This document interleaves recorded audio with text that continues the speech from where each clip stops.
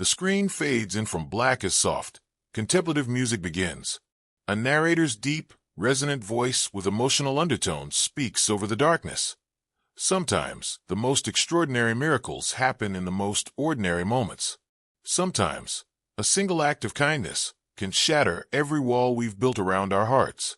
This is the story of Marcus Thompson, a man the world looked right through, until the day his invisible hands touched a life that would change everything. The camera slowly pans across a modest apartment where early morning sunlight streams through thin curtains, illuminating a small, neat space. Photos of a younger Marcus in a military uniform sit on a worn dresser. The narrator continues. In the shadow of gleaming skyscrapers, where billion-dollar dreams touch the clouds, Marcus began each day the same way, invisible to a world that measured worth by wealth, not by the size of a man's heart. Marcus's weathered hands carefully polish his janitor's uniform, while his reflection stares back from a cracked mirror. A man in his 40s, with kind eyes that have seen both struggle and hope. Speaking to his reflection in a daily ritual, Marcus says, "You got this, Marcus. Just another day to make a difference, even if nobody notices." The camera follows Marcus as he steps out into the bustling city street, where the contrast is stark. Men in tailored suits rushing past the black janitor as if he were part of the scenery. Sterling Corporate Tower stands at dawn as a gleaming monument to success piercing the morning sky, its glass surface reflecting the city's awakening. The narrator explains, Sterling Corporate Tower stood as a testament to American ambition, 47 floors of glass and steel, where deals worth millions were made with handshakes, and where men like Marcus entered through the service entrance, invisible to those who mattered. But invisible didn't mean empty. Behind those weathered hands pushing a cleaning cart lived a story that would humble kings. Marcus Thompson walks through the back in trance like he has every morning for 3 years, his worn work boots silent against the polished marble. The security guard, Rodriguez, barely glances up from his newspaper, offering nothing more than a grunt of acknowledgement. To Rodriguez, to everyone in this gleaming tower, Marcus is part of the furniture, necessary but unnoticed, present but unseen. The contrast strikes like a physical blow. Crystal chandeliers, worth more than Marcus's annual salary, hanging above his head while he pushes a cart filled with cleaning supplies that smell of industrial disinfectant and broken dreams. The morning ritual begins as it always does. Marcus methodically checks his supplies, counts his rags, tests his spray bottles. Each movement is precise, almost meditative, the habits of a man who has learned that dignity can be found in any honest work, no matter how others perceive it. He hums softly to himself, an old gospel song his grandmother used to sing. "This little light of mine, I'm gonna let it shine." The irony isn't lost on him that he sings about shining while the world seems determined to keep him in shadows. In the rarefied air 40 floors above, Victoria Sterling cuts through corporate speak with surgical precision. Her platinum blonde hair is perfectly styled, her charcoal suit tailored to intimidate, her every gesture calculated to remind everyone in the room exactly who holds the power. She is every inch the billionaire CEO, brilliant, ruthless, and utterly removed from the world where men like Marcus scrape by on hourly wages. Gentlemen, the Sterling Foundation's quarterly report shows we're still not reaching our target demographics, she announces, her voice sharp enough to cut glass. We need solutions, not excuses. When board member Roberts suggests more traditional charitable approaches, Victoria's dismissal is swift and cutting. Traditional won't change lives, Roberts. We need innovation, we need. Her assistant Janet's interruption shatters the corporate facade for just a moment. Miss Sterling, I'm sorry to interrupt, but Emma's therapist called. There's been another incident at school. The mention of her daughter cracks Victoria's armor, revealing the mother beneath the mogul. Sensory overload during the fire drill, Janet explains softly. She's asking for you. 20 floors below Victoria's crisis, Marcus faces his own daily battle against invisibility. He moves with the precision of his military training, each window cleaned to perfection despite knowing that most people look through glass without ever seeing the hands that make it clear. His movements are meditative, almost spiritual, the habits of a man who has learned to find purpose in tasks others consider beneath notice. The morning's first humiliation comes courtesy of James Whitfield, a young executive whose expensive suit can't hide his cheap character. "Hey, you janitor," James calls out with barely concealed disdain, as if Marcus's name isn't worth remembering. "You missed a spot on the conference table. The Sterling meeting is in an hour." The words hit Marcus like small stones, not enough to break him, but enough to remind him daily of his place in this gleaming hierarchy. "Of course, sir. I'll take care of that right away," Marcus replies, his voice respectful but dignified. 3 years of military service have taught him when to fight and when to preserve strength for battles that matter. James's condescending response, "Make sure you do. People like Ms. Sterling don't have time for oversights," lingers in the air like poison as the young executive struts away, satisfied with his display of power over the invisible man. The employee cafeteria tells its own story of hierarchy. Executives dine in the sky-high restaurant on the 45th floor, middle management clusters in the bright cafeteria on the 20th, and people like Marcus eat in the basement, fluorescent-lit, windowless, forgotten. Marcus sits alone at a corner table, carefully unwrapping a sandwich he's made at home. Peanut butter and jelly on day-old bread, the mathematics of a man stretching every dollar until it screams. Maria Gonzalez, a young cleaning woman with kind eyes and calloused hands, approaches hesitantly. She's new, still learning the unspoken rules of their invisible world. "Excuse me, are you Marcus?" she asks in accented English. "The other ladies said you might. I forgot my lunch money today and my daughter's school." Marcus looks up from his humble meal and sees himself reflected in her worried eyes. Without hesitation, he breaks his sandwich in half and slides it across the table. "My mama always said food tastes better when it's shared," he says gently. "And don't you worry about your daughter's school. We take care of each other down here." Later that afternoon in the building's atrium, a vast space with a stunning fountain at its center, where marble columns reach toward a glass ceiling that seems to touch heaven itself, destiny arrives not as a thunderclap, but as a whisper. The narrator observes, "Sometimes the moment that changes everything looks so ordinary that you might miss it entirely, unless you're paying attention to the shadows where miracles hide." Marcus has finished his assigned floors early and is polishing the marble around the fountain when he hears it, a sound that cuts through the business chatter and clicking heels like a knife through silk. It's the sound of distress, pure and primal, coming from behind one of the massive pillars that support the atrium's soaring architecture. While dozens of people in expensive suits hurry past, their eyes focused on phones and profit margins, Marcus stops.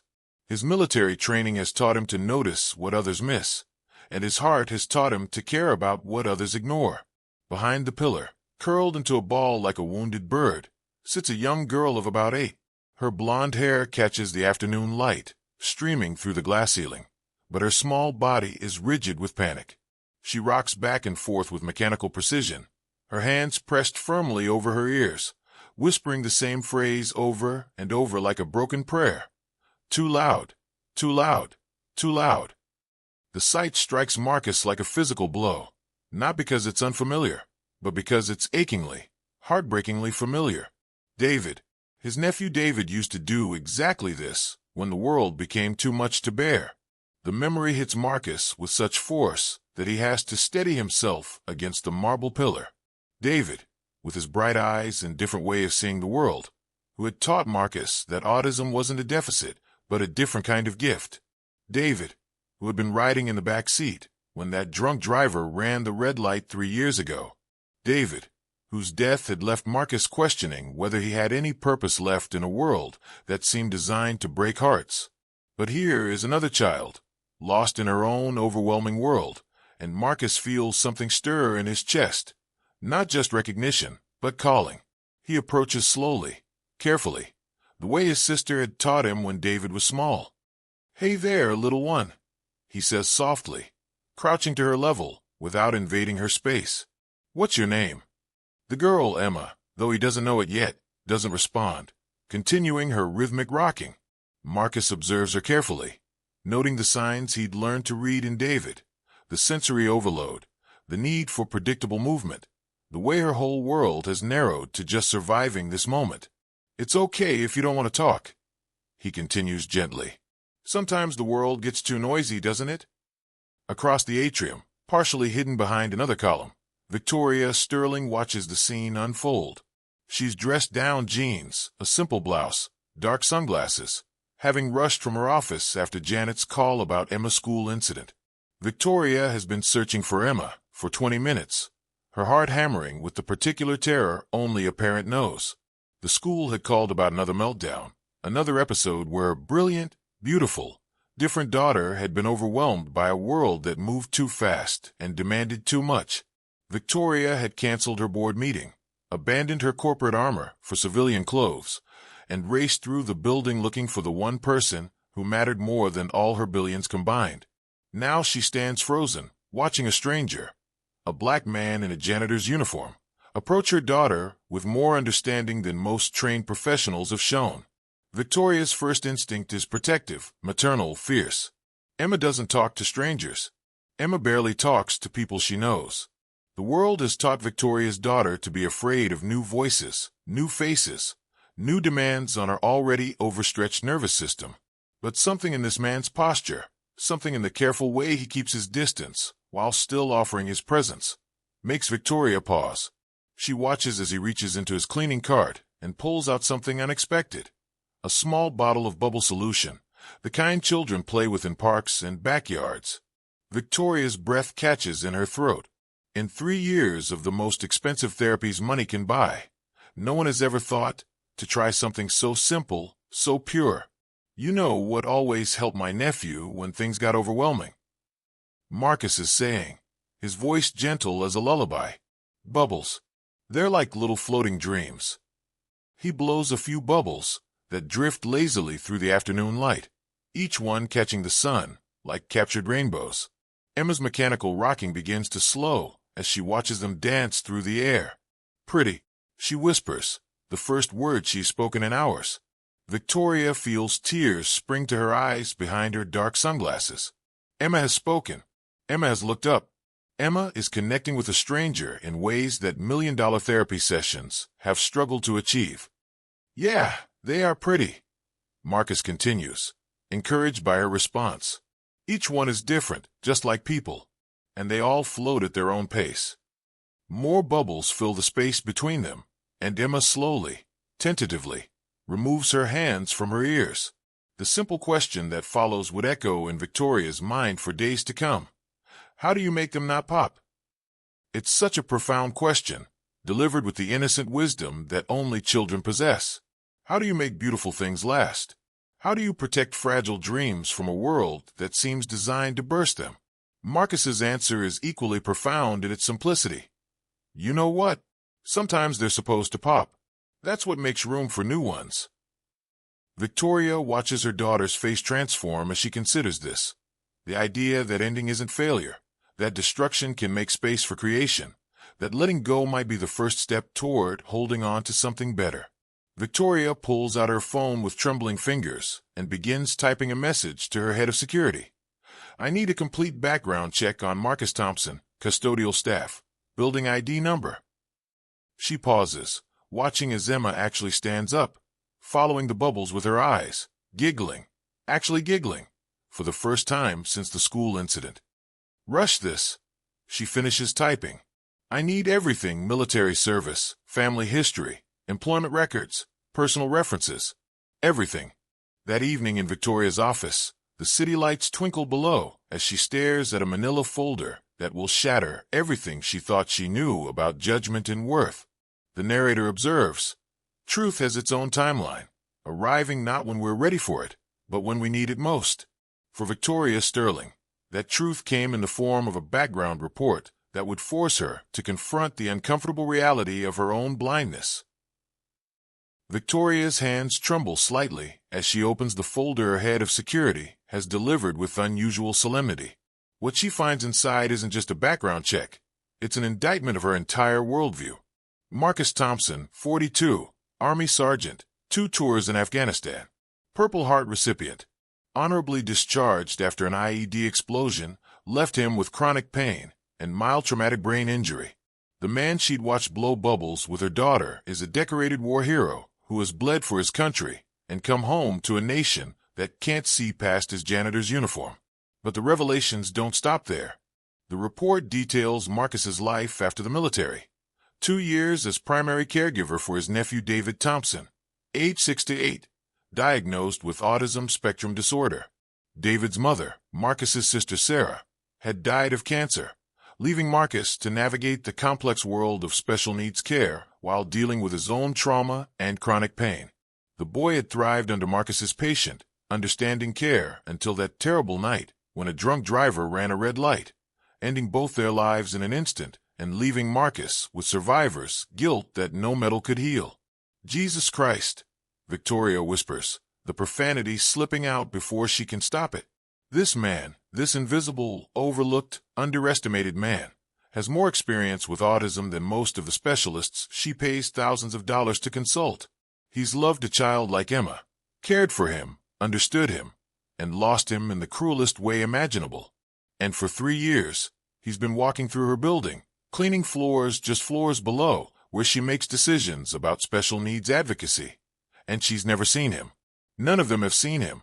The next morning, Victoria makes a decision that will send shockwaves through the sterling corporate hierarchy. She strides into the boardroom, where senior executives are gathered for their weekly meeting. The men in expensive suits look up expectantly, accustomed to their CEO's commanding presence, but unprepared for the revolution about to unfold. "Gentlemen," Victoria begins, her voice carrying a new edge that makes several board members shift uncomfortably. "I want to talk about our company's commitment to diversity and inclusion. More specifically, I want to talk about our blindness to the extraordinary people already walking our halls." Board member Roberts, a silver-haired man who'd known Victoria since she was a child, leans forward with paternal concern. "Victoria, what's brought this on? If this is about the Foundation's autism programs, we've already allocated." "This is about Marcus Thompson," Victoria interrupts, her voice cutting through the room like a blade. "Custodial staff, Building ID 4792. How many of you know that name?" The silence that follows is deafening. 12 of the most powerful executives in the city, and not one of them knows the name of the man who's been cleaning their offices for 3 years. "I thought so," Victoria continues, her disappointment palpable. "Marcus Thompson is a decorated Army veteran, Purple Heart recipient. He served 2 tours in Afghanistan and came home to care for his autistic nephew until they were both killed by a drunk driver. For 3 years, he's been working in this building, and yesterday I watched him achieve more progress with my daughter in 5 minutes than our team of specialists has managed in 5 months." The boardroom erupts in uncomfortable murmurs. James Whitfield, the young executive who dismissed Marcus so cruelly just days before, looks like he wants to disappear into his leather chair. Chief Financial Officer Harrison, a man known for his brutal pragmatism, clears his throat. "Victoria, I understand you're moved by this man's story, but we can't make corporate decisions based on..." "Based on what, Harrison?" Victoria's voice rises dangerously. "Based on recognizing extraordinary talent when it's right in front of us. Based on acknowledging that we've been so blinded by our own prejudices that we've overlooked someone who could revolutionize our approach to special needs advocacy." The real confrontation begins when Victoria announces her intention to offer Marcus a position heading the Sterling Foundation's new special needs advocacy program. The boardroom explodes into chaos that reveals the ugly truth about how these powerful men really view the world. "You can't be serious," sputters Director Pemberton, his face flushing red. "The man's a janitor, for God's sake. What kind of message does it send to promote someone from custodial to executive leadership? Our shareholders will think we've lost our minds." "And what about optics?" adds Marketing Director Collins, his voice dripping with the kind of casual racism that hides behind corporate speak. "I mean, I'm sure he's a fine fellow, but moving someone from that background to a position of authority, it raises questions about qualifications, about whether we're making decisions based on merit or other factors." The euphemisms hang in the air like poison gas. Victoria feels something cold and sharp unfurling in her chest, a rage she hasn't known she's capable of feeling.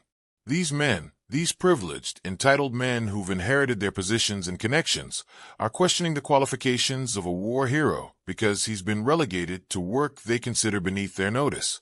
Other factors? Victoria's voice drops to a whisper that somehow feels more dangerous than shouting. You mean like the fact that he's black? Like the fact that he does honest work with his hands instead of shuffling papers and attending cocktail parties? Several board members begin talking at once, their protests and denials creating a cacophony of defensive corporate speak. Now, Victoria, that's not fair. We're simply concerned about protocol. There are proper channels, established procedures. Enough. Victoria's voice cuts through the noise like thunder. I've heard enough. I've heard exactly what I needed to hear. Chairman Reynolds, the oldest and most conservative member of the board, leans back in his chair with the satisfied expression of a man about to deliver a killing blow. Victoria, I think you need to step back and consider what you're really proposing here. This Thompson fellow may be a fine individual, but promoting him to such a visible position, it could be seen as a publicity stunt. Worse, it could damage the foundation's credibility with serious donors who expect a certain level of professionalism. The word professionalism drips with condescension, and Victoria realizes with crystal clarity that this moment will define not just Marcus's future, but her own character. She can cave to their pressure, return to the safe harbor of conventional thinking, and continue building wealth while remaining blind to the human cost of that blindness. Or she can stand up for what she'd witnessed in that atrium, the profound truth that worth has nothing to do with position and everything to do with the content of a person's heart. You're right, Reynolds, Victoria says quietly, and for a moment, the board members relax, thinking they've won. This will be seen as a statement. It will send a message about what this company values, about who we believe deserves opportunity, about whether we're brave enough to challenge our own assumptions. She stands slowly, her hands pressed flat against the polished conference table. And I've decided that's exactly the message I want to send. Marcus Thompson will be offered the position of Director of Special Needs Advocacy. If any of you have a problem with that decision, I accept your resignation effective immediately. The ultimatum hangs in the air like a gauntlet thrown at the feet of 12 powerful men who've never been challenged so directly by anyone, let alone by the woman they'd helped shape into a CEO. The standoff stretches across seconds that feel like hours, each man calculating the cost of opposing Victoria Sterling against the cost of accepting her revolutionary vision. It's James Whitfield who breaks first, his voice barely above a whisper. Miss Sterling, I may have spoken inappropriately to Mr. Thompson in the past. If you're serious about this, I'd like to make amends. The admission cracks open the dam of corporate solidarity, and suddenly the room is full of uncomfortable confessions, half-hearted apologies, and the sound of powerful men realizing they've been on the wrong side of history.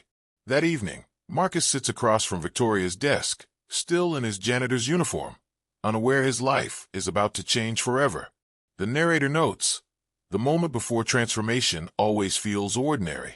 Marcus Thompson sat in a billionaire's office, thinking he was about to be fired for overstepping boundaries, with a child who wasn't his concern. He had no idea he was about to become the answer to prayers he'd never dared to pray. Marcus, I need to ask you something, and I need you to be completely honest with me, Victoria says, setting down the background report, her voice softer than Marcus has ever heard it. How did you know exactly what Emma needed yesterday? Marcus is nervous, assuming he's in trouble. Ma'am, I'm sorry if I overstepped. I know I shouldn't have approached your daughter without permission, but she seemed so scared, and You had a nephew named David. Victoria interrupts gently. The words hit Marcus like a physical blow. His composure, carefully maintained through 3 years of invisible service, finally cracks. Who told you about David? He asks, his voice breaking. Victoria slides the report across the desk. I had you investigated, Marcus. I had to know who you really were. Marcus stares at the folder containing his life story, his hands trembling slightly. So now you know, he says quietly. The janitor's got some secrets. A few medals gathering dust, a nephew who didn't make it home from a trip to get ice cream. Victoria stands, moving around the desk to sit beside him. Marcus, look at me. You're not in trouble. You're not being fired. What I discovered about you, your military service, your sacrifice, your experience with autism, it doesn't make you a janitor with secrets. It makes you exactly the person I've been searching for. Searching for? Marcus asks, confused. Victoria takes a deep breath. I want to offer you a position. Director of Special Needs Advocacy for the Sterling Foundation. Full benefits, $120,000 starting salary, your own team, and a budget of $2 million to create programs that actually work. The silence stretches between them. Marcus stares at her as if she's speaking a foreign language. You're serious, he says, barely a whisper. Dead serious, Victoria confirms. Marcus, you achieved more with my daughter in 5 minutes than teams of specialists have managed in months. You saw her, really saw her, because you've loved someone like her. The world needs that kind of seeing. Marcus stands abruptly, overwhelmed. Miss Sterling, I appreciate the offer, but I think you're mistaken about me. I'm just a guy who mops floors and knows how to blow bubbles. I'm not executive material. Victoria stands to face him. Marcus Thompson, you served 2 tours in Afghanistan. You came home wounded, and instead of feeling sorry for yourself, you spent 2 years caring for a special needs child with more patience and skill than most trained professionals. You've been invisible in this building for 3 years, treated with disrespect and condescension, and you never once responded with anger or bitterness. If that's not leadership material, then I don't know what is. Marcus looks out the window at the city lights, seeing the streets where he's walked invisible for years. What if I fail? What if I'm not what those families need? He asks quietly. Victoria moves to stand beside him. Then you'll learn, and you'll get better, and you'll fail forward until you succeed. Just like you did with David. Just like you did yesterday with Emma. Marcus turns to face her. Why are you doing this? Really? Victoria's voice fills with honest emotion. Because yesterday, watching you with my daughter, I realized I've been looking for solutions in all the wrong places. I've been paying consultants and specialists to fix Emma, when what she needed was someone who understood that she wasn't broken in the first place. Marcus extends his hand to Victoria. Miss Sterling, I accept your offer, and I promise you won't regret taking this chance on me. Victoria shakes his hand. Call me Victoria. And Marcus, I already know I won't regret it. The next morning, Marcus walks through the building, but everything has changed. He's no longer invisible. Word travels fast in corporate towers. By morning, everyone knows that the janitor has been promoted to director. Some call it inspirational. Others call it impossible. But everyone is forced to confront a question they've never asked. How many extraordinary people have they walked past without seeing? Marcus enters the executive elevator for the first time. James Whitfield steps in, clearly uncomfortable. Marcus, I mean, Mr. Thompson, I owe you an apology, James says awkwardly, clearing his throat. Just Marcus is fine, James. Marcus replies gently. And apologies are only meaningful if they come with changed behavior. James is surprised by Marcus's directness, but lack of hostility. You're right. I was raised to think that worth was measured by position, not character. Yesterday, I realized how wrong that was. As the elevator opens to the executive floor, Marcus says, We all learn at our own pace, James. The important thing is that we learn. James extends his hand. Could I possibly volunteer with your program? I'd like to do better. Marcus shakes his hand. Everyone deserves a chance to do better. I'll be in touch. 3 months later, a large auditorium is filled with families, educators, advocates, and media for the public launch of Marcus's program. The narrator observes, the true test of transformation isn't private moments of recognition, it's public moments of truth. Marcus Thompson was about to step into the light he'd been hiding from his entire life. Victoria steps to the podium first, addressing the packed auditorium. 3 months ago, I witnessed something that changed my perspective forever. My daughter Emma, who has autism, was having a difficult moment in our building's lobby. While dozens of people walked past, one person stopped. One person saw her distress and knew exactly how to help. The camera pans across the audience, families with special needs children, looking hopeful but cautious. Victoria continues, her voice gaining strength. That person was our building's custodial staff member, Marcus Thompson, a man who had been walking our halls for 3 years, invisible to people like me, who were too busy looking up to notice the hero working right beside us. Murmurs ripple through the audience. On stage, Marcus sits in the front row, nervous energy visible in his posture. What I learned that day, and what I've confirmed every day since, is that expertise doesn't always come with degrees. Wisdom doesn't always wear expensive suits. And sometimes the person who can change your life is the one you almost didn't see. Victoria says, her voice thick with emotion. She turns toward Marcus. Ladies and gentlemen, I'd like you to meet the new director of Special Needs Advocacy for the Sterling Foundation, a decorated Army veteran, a loving uncle who understood autism because he lived it, and the man who taught my daughter that being different isn't something to overcome, but something to celebrate. Marcus Thompson. The applause is thunderous as Marcus rises and approaches the podium.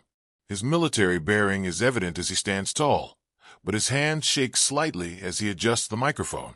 6 months ago, if someone had told me I'd be standing here, I would have laughed.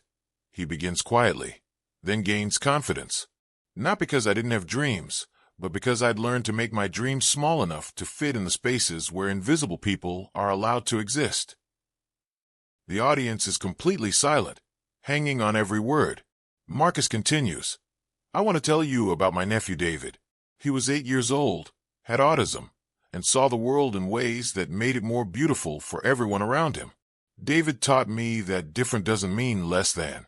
It means necessary. Marcus's voice breaks slightly, but he continues. When David was overwhelmed, when the world got too loud or too bright or too much, we had a ritual. I would blow bubbles, and we would watch them float and dance and catch the light. Each bubble was perfect in its own way. Each one mattered, and each one had its moment to shine before making room for the next one.